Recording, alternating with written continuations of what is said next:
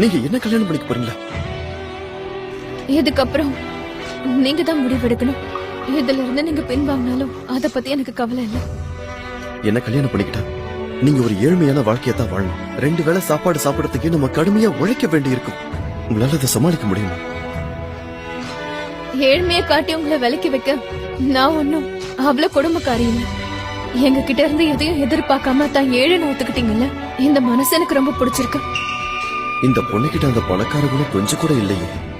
ஆளும் இவன் போட்டிருக்கிற டிரெஸ்ஸும் எப்படிதான் நீ இவனை தேர்ந்தெடுத்தியோ?